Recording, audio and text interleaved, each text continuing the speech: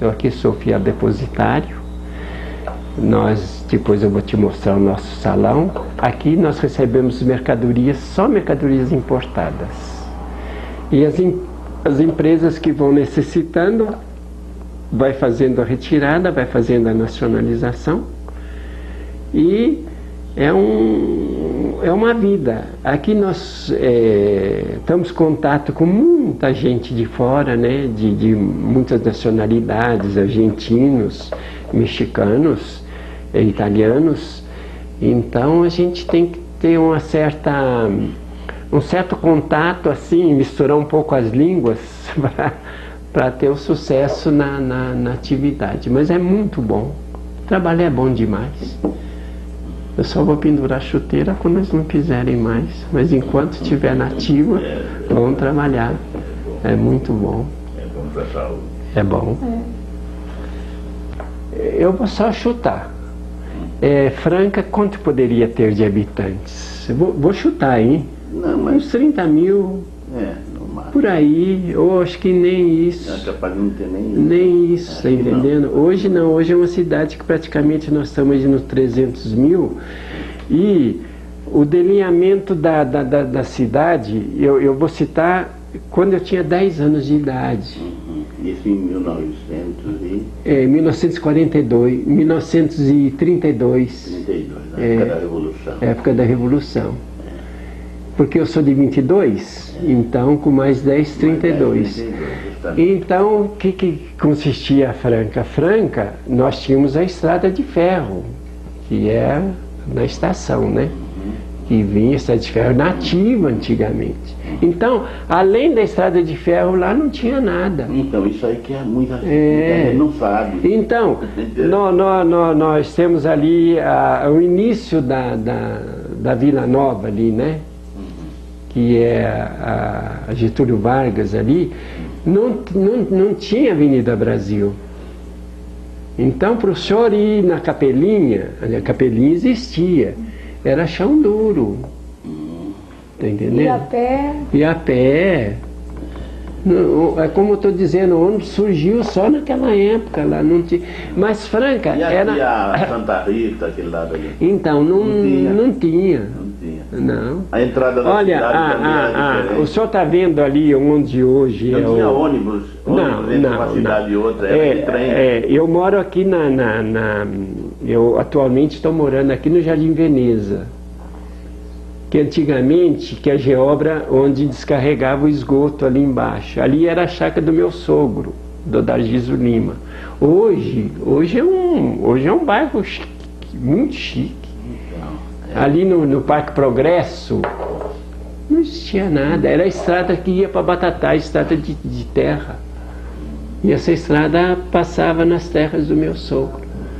Então não existia. Hoje eu moro ali como eu falei, perto da Fiat ali perto da Fiat não tinha nada. Então isso eu estou citando na época quando eu tinha 10 anos, 32. Agora depois foi surgindo. Foi evoluindo. Mas eu me lembro, quando eu vim para essa região aqui, foi em 59 que eu vim para cá, não sou daqui. Então, eu sou de Tietê, uma cidade lá perto de Piracicaba. Tietê, lá do Cornélio Pires. Os Rodrigues Alves são de lá. Ela também, o pai dela é de lá da minha terra. Então, são os Rodrigues Alves são de lá. Neta filha de Tietê. Tietê, onde o trem vai fluir, a galinha faz cocodero. Mas então, isso daí é interessante, as pessoas têm uma visão daquela época, para ver quanto que... O tombacarro. Eu vim para Rifanha, passei direto. Mas de trem ou de carro? Não, de trem. De trem, né? Então.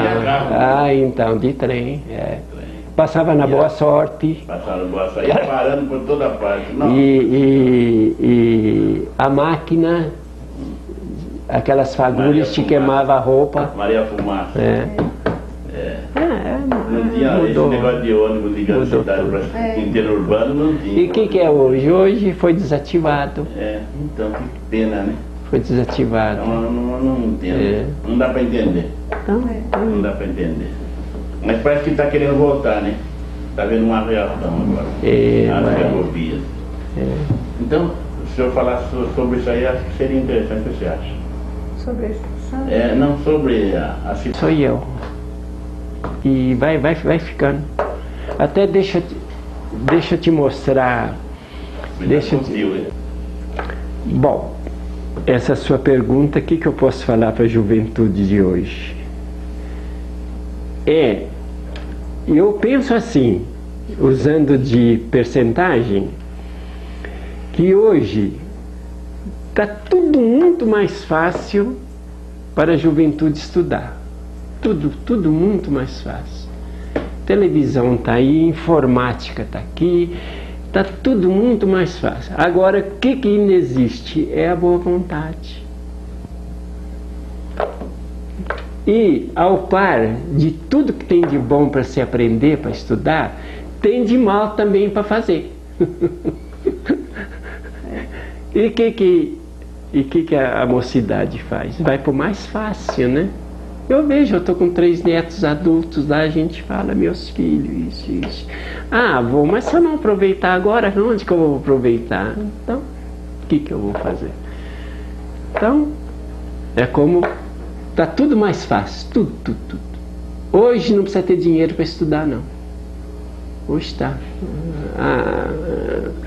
A avalanche de conhecimento hoje é muito grande. Eu vejo por mim, eu vou numa banca de jornal aí, compro, gosto de ler, gosto de botânica, gosto de medicina. Mas hoje, o menino para ler, eu leio 2 livros cada 2 meses, ou seja, 1 livro por mês. Então, é o gosto pela leitura. Agora você vai falar para um moleque hoje, vai ler, vou ter outras coisas para fazer. Então, porque a leitura hoje a leitura é uma coisa fantástica, né? A pessoa, eu estou lendo um livro agora, até depois eu vou mostrar para vocês, eu estou lendo pela 4ª vez. Por que pela 4ª vez? Porque eu vou mostrar para vocês. Então, eu professo a minha doutrina. A minha doutrina é uma doutrina que eu vou para o lado doutrina espírita, né? Então tem muita leitura, tem muita coisa que você tem onde aprender. Muita coisa. E todos os livros saindo pelo livro bom. Agora, você vai falar para a mocidade, você precisa ler, não tem outras coisas para fazer. Então tá aí o que eu posso falar para a juventude. Para a juventude que dedica mais para os estudos. Porque quem estuda, está difícil levar a vida daqui para diante, e quem não estuda então? Quem não estuda então? Se estudando já está difícil, não estudando, pior ainda, né? Além do beabá que você aprende na escola, não lembro. Porque você vê, você vai procurar eu vi no jornal ontem, não sei, na Folha, uma fila lá de 5.000 pessoas procurando um determinado emprego. Não sei se foi em Ribeirão Preto, onde foi. Mas então, fala assim, a qualificação não atingia. Então, como é que vai fazer? Né? Então, a pessoa não é qualificada e como é que vai fazer? É o desemprego. O senhor acredita que vai melhorar? Acho que sim, né, filhotinho? Olha, minha filha, desde que eu me conheço por gente, essa história de melhorar está um pouco difícil. É cada um. Porque dá-se o seguinte, nós queremos depender muito de governo. E como o americano fala lá, o governo que tem que depender do cidadão. Então nós ficamos esperar por governo. Para mim não tem governo ruim, não tem governo bom. Se você não fizer a sua parte, não tem como. Não tem como. Porque o governo está prometendo emprego. O candidato A está prometendo emprego, o candidato B está prometendo emprego, o candidato C está prometendo... E, gente, o contexto está muito difícil. O contexto universal está muito difícil. Agora, o que nós fazemos? Nós gastamos mais que ganhamos. Eu sempre falo assim, você ganha 100, guarde 10. Agora tem gente que ganha 5 mil, está devendo mais 1.000. O contexto está difícil. Agora a juventude, eu só posso falar o seguinte, é estudar, trabalhar, ser honesto e procurar pelo menos fazer o bem. Porque para fazer mal tá tão fácil.